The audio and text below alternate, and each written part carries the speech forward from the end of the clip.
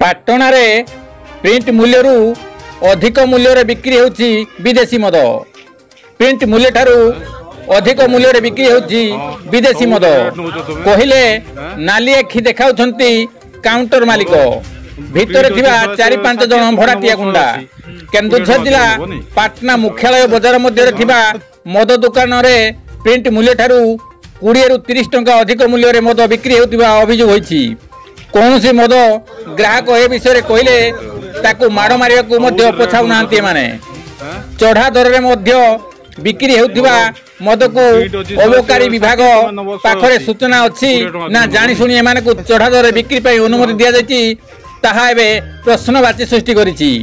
ଏନେଇ ତୁରନ୍ତ ଅବକାରୀ ଅଧୀକ୍ଷକ ତଦନ୍ତ କରିବା ସହ ଚଢ଼ା ଦରରେ ମଦ ବିକ୍ରିକୁ ବନ୍ଦ କରି ଉପଯୁକ୍ତ କାର୍ଯ୍ୟାନୁଷ୍ଠାନ ନେବାକୁ ସାଧାରଣ ଦାବି ହେଉଛି। ଗୋବିନ୍ଦ ରାଉତଙ୍କ ରିପୋର୍ଟ, କେଡି ନ୍ୟୁଜ୍ ଓଡ଼ିଆ।